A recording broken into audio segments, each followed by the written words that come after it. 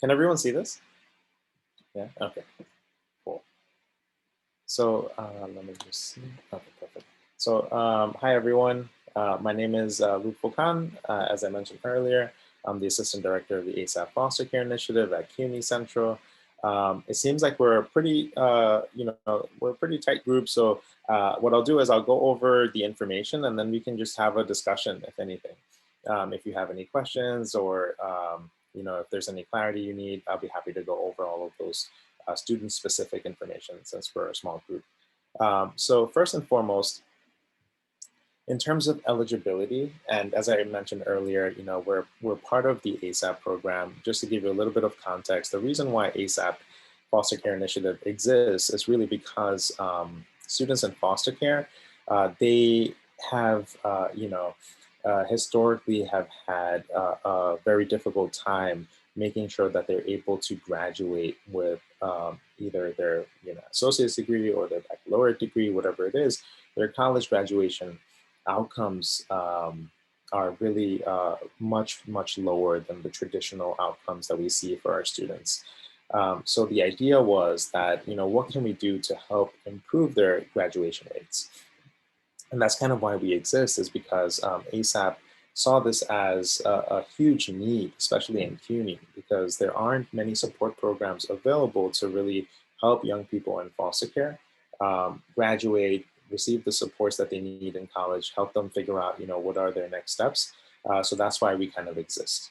So we're funded by the Conrad and Hilton Foundation, where we have fully integrated with ASAP. Prior to this, we used to be part of CUNY Start and Math Start, but then we've slowly transitioned to ASAP. Now we're all under the ASAP umbrella. What that means is that any student who's in ASAP, who is between the ages of 17 and 25, and has some kind of foster care involvement, at any point in life, they may be eligible for ASAP FCI. The way that we kind of, help identify and verify students, as I showed earlier, there's a referral link. Students fill out that link. We get their information, we verify their information, and then we help them navigate through the enrollment process. And I have a slide dedicated just to go over all of their enrollment information, which I'll cover soon. Now, in terms of the actual supports, this is a brief breakdown of the different components that we offer enhanced supports to our students. So as I mentioned, we work with students before they even come to CUNY. So that means we're working with their high schools, we're working with their foster care agencies, with other community-based organizations. The goal is to help kind of increase their access to CUNY, right? So we're helping them identify, which CUNY school might be appropriate for them based on their needs. We're also helping them through the admissions process if they need any troubleshooting with their financial aid issues. We're helping with that aspect. We're helping them enroll into ASAP, CUNY Start, Math Start, whatever support program they need to enroll in. All of those components are in place prior to them even joining CUNY. So what we're kind of doing on our end is that we are a very small team. So when we get the student information, we're reaching out to students, we're reaching out to agencies, we're verifying their information, we're sending their information to the appropriate CUNY schools. A lot of times we're waiving their CUNY application fees. We're waiving their CUNY Start and Math Start fees, which are often $75 or $35. So our students don't have to pay those fees. A lot of times we're also dealing with, questions like, hey, I've submitted my financial aid application, but I've been selected for verification, or I don't have access to my tax forms, or something along those lines that's holding me up, that's holding up my financial aid package. So in that area, what we're doing is we're working with our financial aid teams across all the different schools, primarily the central office that oversees or supports all of the other campuses. We're working with them to troubleshoot these financial aid issues. So all of this stuff is happening prior to the student even enrolling in our program. Now, once they enroll, right, we've helped them with the admissions process and everything. Then they receive additional supports on top of the ASAP support. So as you may be familiar with, and if not, I'm sure Richard will probably or the other ASAP programs will probably speak more about. But ASAP provides a ton of supports, the financial, the academic, the personal supports. But for our students, they get an enhanced component of those supports.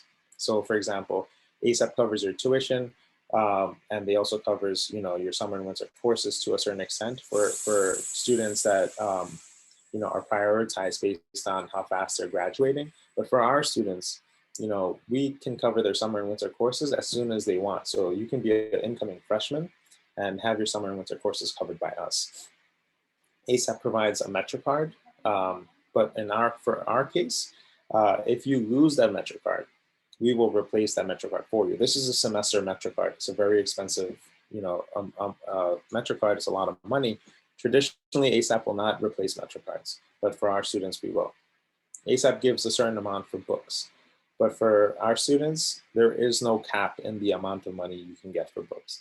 So if you received, let's say, $350, and your one book costs $350, then that means for your other books, all you have to do is let us know. We'll work with the ASAP team to make sure that they increase the amount of money you need for your book so you can get all your books covered, right? Because textbooks are very expensive.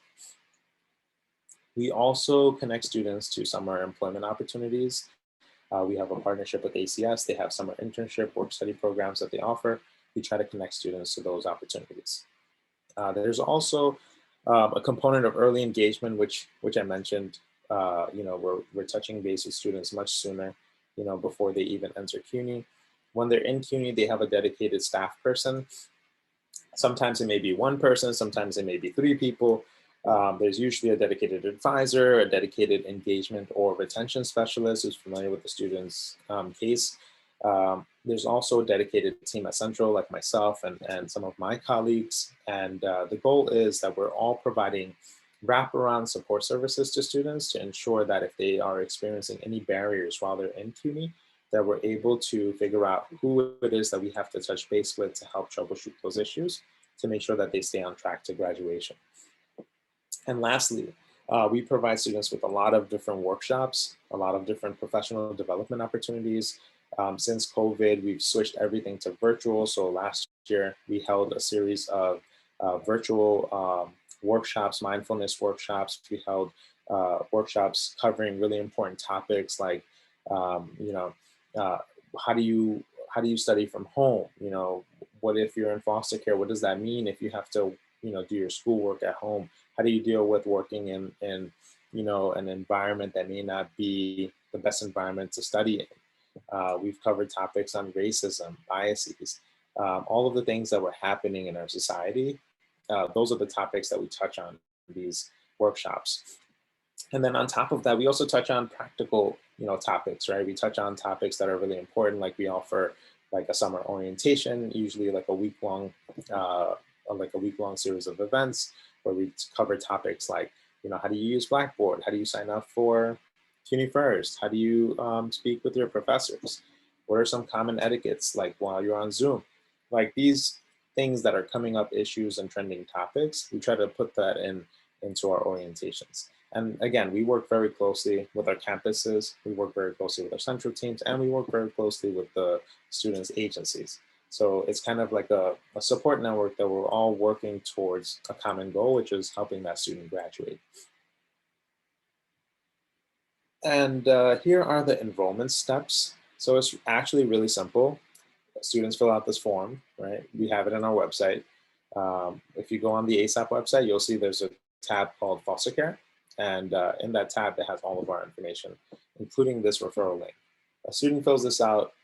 Once they fill it out, we get their information. We verify their information to see, are they eligible? What's their next steps? Sometimes it could be that they haven't even completed their CUNY application. Sometimes it could be that they're already a CUNY student.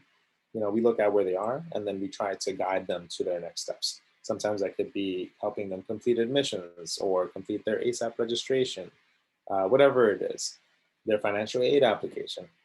Then once they complete all of these steps, they attend the ASAP information session, they sign up for their classes, and they're officially an FCI student. And for more information, you can always email fci@cuny.edu, or you can go directly on our website to get all of this information. And yeah, if anyone has any questions or anything, I'd be happy to go over everything now. Loveful, I think we have a question in the chat from Deandra. Yes, So, yeah, that's me. yes. Hi. Um, Hi. Sorry, I'm bundled up. I'm pretty cold in my apartment, but I have a student who was previously in foster care. But the thing is, I don't think she realized how many support programs there were for former foster care students. And right now, I'm trying to help her navigate the like what potential programs are out for there for her and financial resources because that's her main concern is that she doesn't have access to financial resources to pay for college. So she's currently a student and I believe she is an ASAP. So would she still be able to be part of the foster care initiative even though she's already currently a student? Yeah, so if she's an ASAP student, that's kind of the like I guess like the loophole that she can still be part of FCI because Okay. we're part of ASAP. So for the eligibility, we do support incoming students, but we also support continuing students too. So as long as a student has 15 or fewer credits, and let's say they're registering for the semester, they have 15 or fewer credits, and they reach out to us, we can try to get them into ASAP. As long as they're eligible for ASAP, then they're eligible for our supports. So if your student is already in ASAP, then that means they're definitely eligible for our supports, and we can look into it further. It might even be possible that they're already part of our program. I guess Well, we that's the would have problem to. on her FAFSA. She didn't put down that she was in foster care. Okay. I So mean, I okay. yeah. So like that's the issue. Like nobody knows that she was previously in foster care, and I'm like, why didn't you tell anyone? um, Got it. so that's kind of what we need to fix because like there's like she is eligible for a lot of these support programs, but it's like, well, if you don't tell anyone that you're a part of it, then you're not going to get the support. Um, so does she still need to complete like the form, The referral. yeah, the referral? Yeah. Yeah. So if she completes the referral form, then Okay. we can look at it to see if she has, like, we can try to verify her foster care status. Let's say if she remembers like the agency that she was part of or the contact, or if she has any documentation that shows some kind of proof, that's also sufficient enough for us to verify their status. So as long as we can verify them, and they're already in ASAP, they can start getting the additional supports immediately.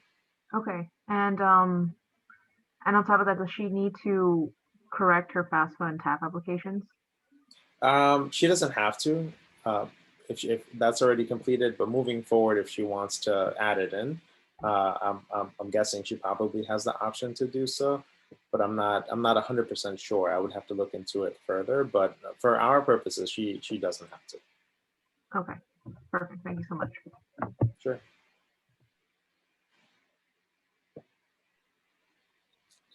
Any I guess like other questions, or I know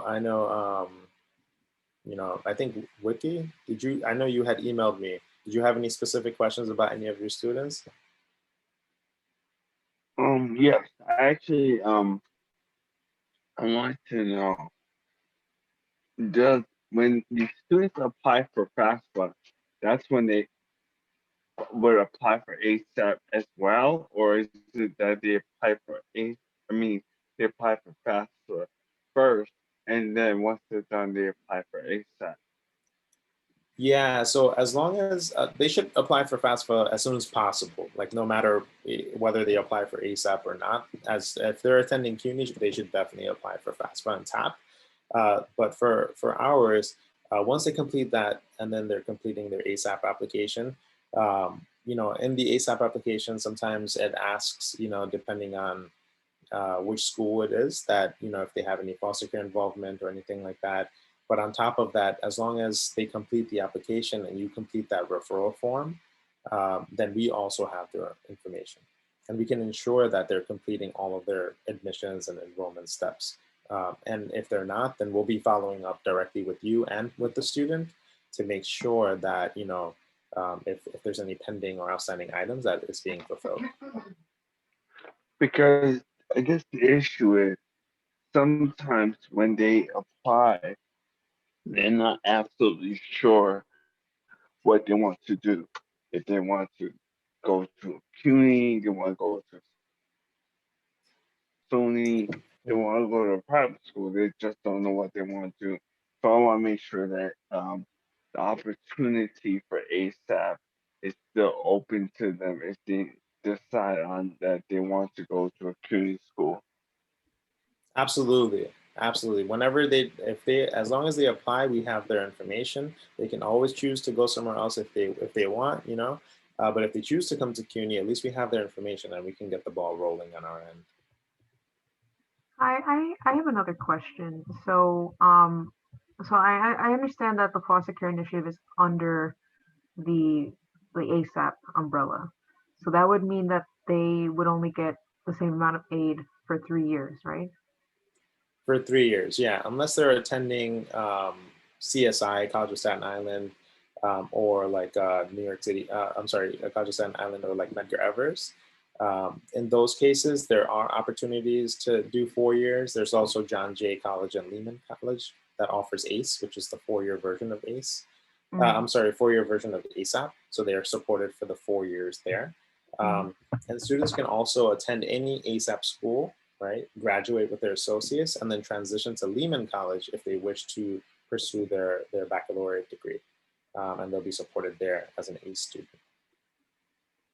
Awesome. Sorry, I'm just taking notes down of what you just mentioned. But I know that from like the previous conversation in the main room, they also shared information about the Foster Youth College Success Initiative. And for Yeah. a student who has ever, like basically a student could be in either program or both of them, if at all they were at any point in their life in foster care. Yeah, so for FYCSI, we work very closely with Shirley and her team to make sure that, like some of our students are also part of that program as well.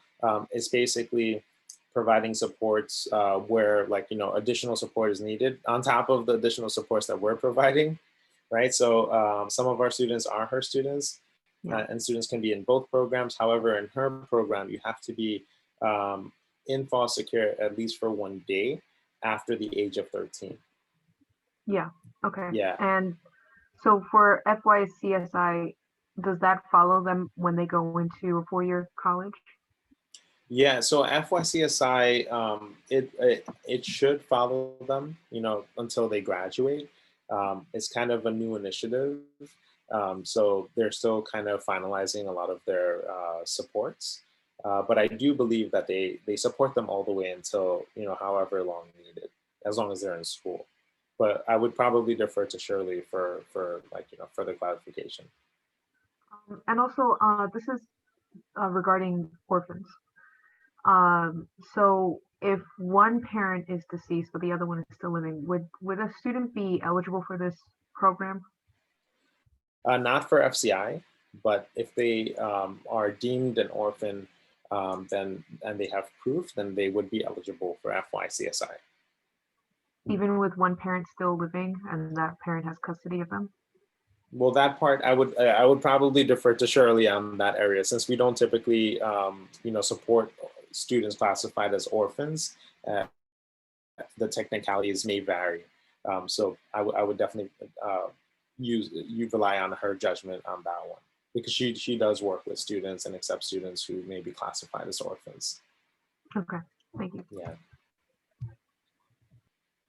I think we have like 1 or 2 more minutes, so I think someone else can get a question in. I want to also just drop the guide so you know what you might have it, but just in case, so you know what your next options are.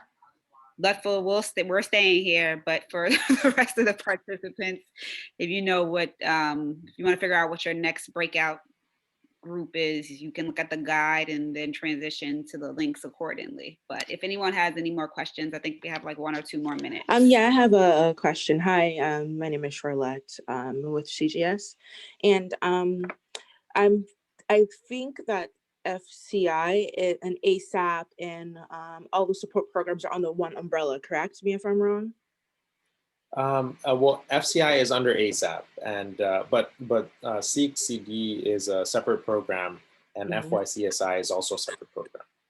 Okay, and those follow precedent with those programs, like Discovery and Seek and FCI. All those are under one entity over there on that side. So FCI is with ASAP only. Right, FCI is mainly just for ASAP. Oh, okay. And then for spring semester, because I was told by ACS that ASAP's not accepting any more people at this time because you guys are full. Yeah, so for usually what it is that traditionally ASAP does not recruit for spring, but for our students, they make an exception. They're able to enroll in spring. However, now classes are starting tomorrow, I believe, or today. Maybe classes started today. I have to double check, but yeah, it's too late for this spring. But if you have students who are attending LaGuardia or Kingsborough, we still have time if you want to refer them over to help them enroll in one of those schools because they start a little bit later. Okay. All right. Thank you for the information. Sure.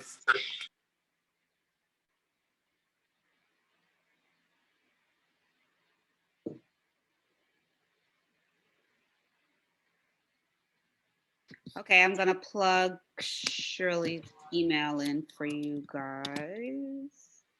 But you can also visit her in her session. You have 2 more sessions you can attend. But I think we need to wrap up and give you time to transition to your next session. So thank you so much for joining us. I am going to stop recording.